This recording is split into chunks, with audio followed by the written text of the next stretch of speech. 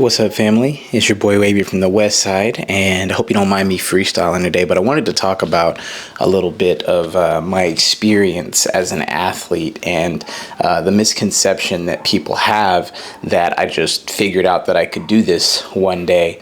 You guys, I am a totally self-taught and self-trained athlete. For the past 21 years, since 2005, I have been training myself, teaching myself, trying to learn and grow as much as I can as an athlete without resources. You know, my sport, parkour, we don't have the kind of resources that sports like football and basketball and baseball and soccer that they have. You know, we don't have the collegiate pipelines. We don't have all of the local programs, that put time and effort and funds and training education into the youth, that are developing themselves in their specific sports and stuff like that. I didn't have that, and that still doesn't really exist in parkour, broadly. There are a lot of good programs out there, including my program out here in the Bay Area, Squadron Parkour Community, where you can go and be developed as an athlete by professionals that actually know what they're doing and care to help you get to that point. But when I was coming up, I didn't have that. There was nothing like that around at all. I started in '05, started at 12 years old, and I knew that there was nothing around, even though I looked for it. I knew there was nothing around, no resources around that were going to be able to give me the kind of training education and movement education that I would have needed as a youth to get to this point. I have been at this hardcore for 21 years straight, teaching myself, learning, gathering knowledge, putting myself around professionals in other sports and other training modalities, and learning from them, just from participating with them. You know what I mean? I never got any coaching. I just got to be around other coaches in other crafts, and I absorbed as much as I could get from just training around them. The few times that I got to be around certain people, I made certain to keep my ears and my eyes and my mind wide open so that I could learn from these people. And that was all an effort for me to be able to hopefully get to the level that I've gotten to today. People see this, they see what I can do, and they say, how do you figure out you could do this? I didn't figure out I could do this. I've been trying to figure out how to do this over numerous years. I mean, the majority of my life, 2/3 of my life, I have spent training parkour and trying to learn and see and repeat and envision and make real what I have in here and what I have in here. Very comic book inspired, very anime inspired, and all that good stuff. That's the kind of stuff that drove me to wanting to be able to do what I can do today, to move how I can move today. But the dreams can only take you so far if they stay in your head and they're not backed up by actual activity, actual work ethic, actual training to get to that level. So, I just kind of wanted to explain a little bit of my history. I'm not going to go through a whole history of Wavezilla kind of thing right now. I'm just going to explain a little bit to hopefully fill in some of the gaps that some people might have about how somebody like me becomes somebody like me, because it is a lot of work, a lot of tireless effort, lots of hours, lots of disappointment and stress and depression and all that good stuff that makes up an athlete. And I want to start by saying that I train my sport the same way that any athlete trains their sport, okay? I do drills, I do lots of repetitions, I try to learn and master the movements of my craft, I try to make them more effective, I try to format those movements to the natural advantages that my body has in terms of my arm length or my hand size or my foot size or whatever the case. I try to move in a way that benefits, or I guess best uses the structure of my body, like the build that I have, like, like my natural structure. But on top of that, on top of, trying to format the movement to work with my body and its natural advantages, and trying to, get as much out of those as I can, I've also had to train very, very many of my disadvantages. And that's not including things like injury. I've had some pretty severe injuries in my career. In 2014, I blew out my whole left knee at a world championship competition. I tore my MCL, ACL, and meniscus, and I didn't have the money for surgery or the time even to take off of work to be able to get a surgery and be out for the number of months that it was going to take for me to get back. So I never got the surgery, and instead what I did was I started to employ a whole lot of strength and conditioning into my program. Before that I was doing what I would call kind of like superficial like training. I didn't know a whole lot about like athletic training in the form of like, lifting weights and programming like conditioning and like plyometrics and sprint work, stuff like that. I didn't know all of that. So, when I blew out my knee, weightlifting in particular was something that I had to become way more knowledgeable about, and I had to add so much more into my program. And on top of that, I had to continue pursuing and trying to push the athletic and artistic aspect of my craft of parkour. It's not an easy one-to-one to train, in the weight room and go out and get it out in parkour. Like, you got to know a good amount about like the type of sport that parkour is to understand like, okay, well, what type of training is going to benefit it. And that was a multi-year process for me to be able to get to that point where I have the level of understanding that I have today. And I only got that because I did lots of research, and I fortunately, because of my abilities and my talents and my success in my craft, I was able to actually get in league with some people in the strength and conditioning realm that could help me out a lot in terms of my understanding of the kind of training that I'm doing. And then I had to look in other areas to see, how are athletes that are sprinters training? How are American football players training? How are rugby players training? How are, soccer players training? You know what I mean? I had to look in these other realms of sport that have some level of relation to my sport, and see how are the top athletes in those sports training. And there's a lot of BS out there. There are a lot of athletes that are just super talented and super genetically gifted and uninjured and stuff like that, and pretty much any training that they do is going to either have a small benefit, a massive benefit, or no impact at all. But they're so sick at their sport that it doesn't even fucking matter.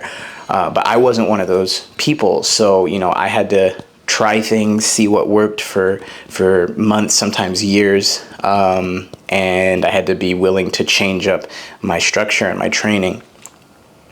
I've had to adapt so much, as I've expressed. Like, I've had the left knee injury, and then in 2023 at another world championship event, I injured my right ankle pretty severely, and I had to learn how to adapt. And it was around that time that I was like really starting to understand, like, okay, I understand like the kind of strength and conditioning kind of training, like athletic training and weightlifting, that I need to be doing in order to get the most out of my body and the most out of my potential level of athleticism.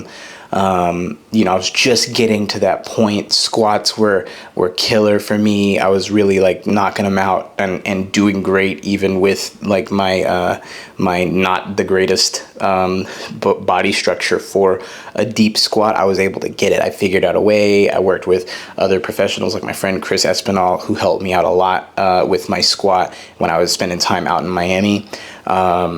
I learned so much from him, and I had just gotten to the point where like I felt like I was getting it. I was getting the Olympic lifting really good, and that was worked really well into my program, and I was seeing so many benefits from it. I mean, like all of the power and speed and dynamic athleticism that a lot of you see from me today came from the past 5 years of training in particular. All of the movement, parkour movement was from the time before that and the time since, but the majority of value that I've gotten out of my strength and conditioning training has come from the past 5 years. And I was just getting it, and then there's my ankle, you know what I mean, which impacted my mobility, and I had to make adjustments to how I Olympic lift and how I squat. I always have to squat now with my heels elevated on something, and I got way more into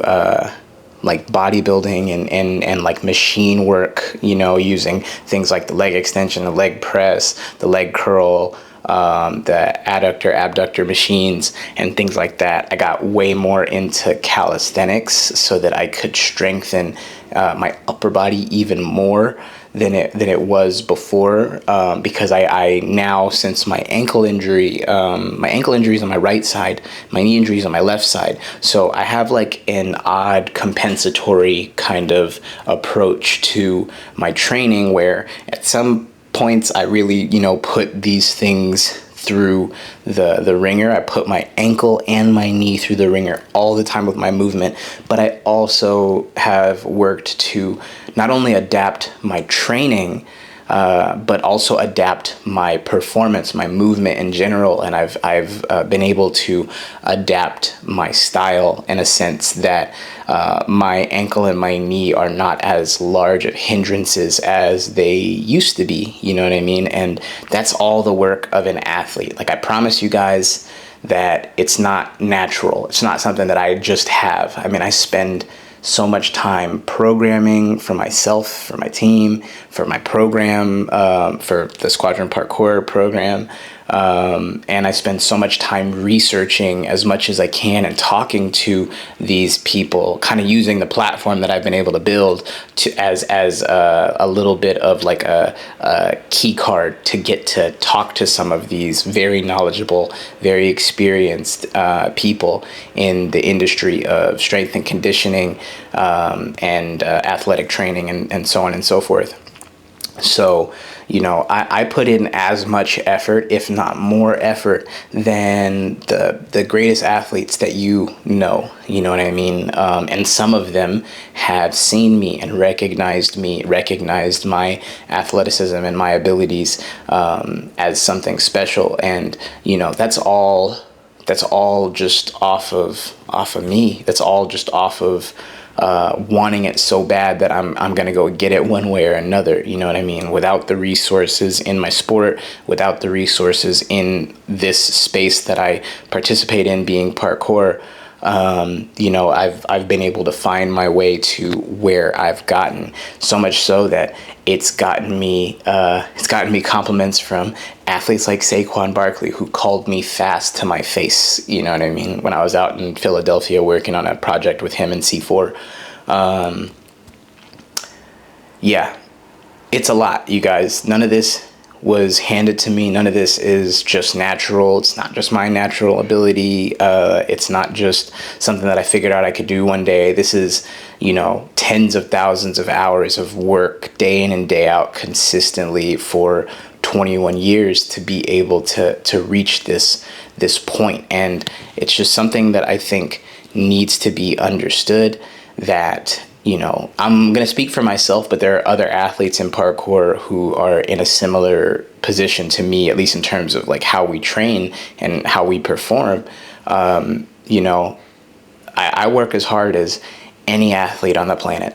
I work as hard, if not harder, than any athlete on the planet. I don't have coaches. I don't have resources like many of these other more wealthy athletes do have. This is all for the love of the game for me. This is all for the love of my imagination, my vision, my inspirations, the things that made me want to do this. You know, that's what drives me so much. And that's what keeps my passion, you know, burning hot so that I can will myself into doing whatever I need to do to get as good as I could possibly get. You know, people see me today and they think like, man, that guy, you know, that must be so freeing to move like that. Like, I don't got knees like that. I don't got, you know, damn, like, you know, way to be uninjured or whatever the case. You know what I mean? Like this boy ain't never seen a hospital. It's like, nah, I've seen a hell of hospitals. You know, I've seen numerous injuries, you know, like I have arthritis in my left knee. I got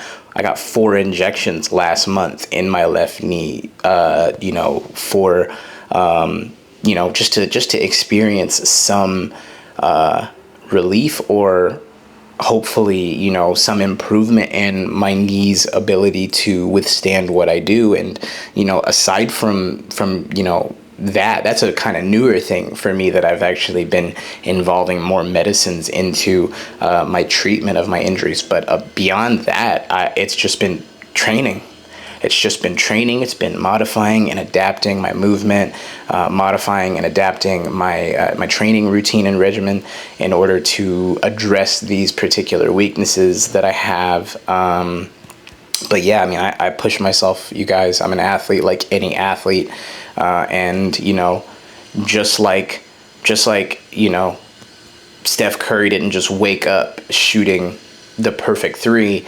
Like, I didn't just wake up one day being perfect at parkour, and I'm still not. This is a daily process, you know. This is a craft, a lifelong journey of mastering myself.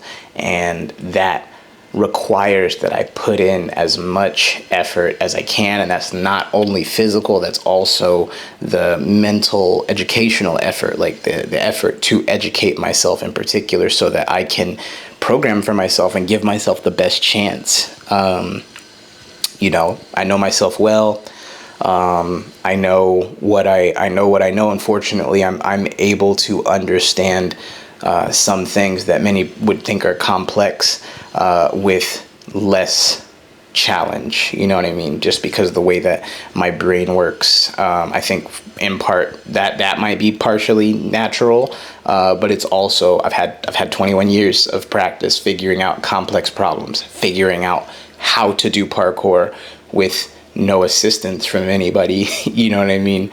That is grounds for developing a pretty special mind. So fortunately, I'm able to understand a lot of these complex training problems, you know what I mean? And training styles. I mean, if I think about it, really, it's not really that complex, you know? I do a lot of strength work. I do a lot of Olympic lifting, specifically like power cleans, you know, block cleans, like power snatch, muscle snatch. I do lots of deadlift, lots of deep squats, front squat and back squat. I do lots of leg press, like full range of motion leg press, lots of leg extensions, leg curls, and other accessory movements. I do hella calisthenics, dips, pull-ups, muscle-ups, all of it. You know what I mean? I'm doing it all the time to strengthen my body and prepare it for the force demands and impact demands and just the sheer output and effort of my craft. I spend so much time preparing for it. So, you know, it's not natural. It's not just here. It's the result of hella work. I'm an athlete like any other in that regard, and you know, they got to train really hard to do what they're doing. I got to train really hard to do what I'm doing, and you know, it's a grind, but I love it. You know what I mean? Like, I love it. I love my craft. I love what I can do. I love realizing these visions. I love the end result of years and years of work, you know, to get to this point. I love that. I love, like, somebody left me a comment the other day saying, like, that must be so freeing. That must feel so freeing to move like that. And I told them, I'm like, yeah, it does, but it's only after hella work. I mean, you know, it takes so long to only have to be able to put in effort. You know what I mean? Like, you have to know skills and a movement style so well, where the only real thing you have to do is put in effort. And I can't do that in every single thing that I can do. I can only do that in some things that I can do. Everything else requires the same amount of mental and physical effort that it always has, because it's just complicated and complex, and I haven't had enough experience with the specific moves. And some of them take longer than others. Some of them take, you know, years upon years. Some of them just take 1 year. Some of them take a few months, you know what I mean? But you know, it is a freeing feeling once it gets to that point, but it's getting it to that point that is the real grind. And that's the part that I just want to make sure that everybody understands, is not just natural. It's not just here, you know, it's the result of hella work, you know, hella training, and hella learning. You know, I've had to learn so much, you know. So yeah, I just wanted to get on here and talk to you guys about it, tell you guys about it, you know, give you a little bit of insight into what I do and what I've been through, and how it's inspired me to train smarter, train better, and in some cases train harder than I used to, so that I can get the result that I'm trying to get. So yeah, you know, hopefully that made some sense to all y'all out there. If you guys are in the Bay Area, you guys can tap in with me in the Squadron Parkour community. We got classes all over the Bay Area. We have a whole community out here. We have numerous free access points and free access events happening every month. So if you guys want to tap in with the Squadron Parkour community, learn directly from me, and get a little bit of that experience I'm talking about, you guys can tap in with us there. And otherwise, subscribe to the channel, you know, tap in with us here, you know, like, comment, subscribe, share, hype. I don't know if that's a thing that I got on my channel, but if you guys wouldn't mind doing that to help me out, that would be awesome. But yeah, keep tapping in here for more insights, more knowledge, more movement, and more badassery from your boy Wavy Z. All right, I'm out of here.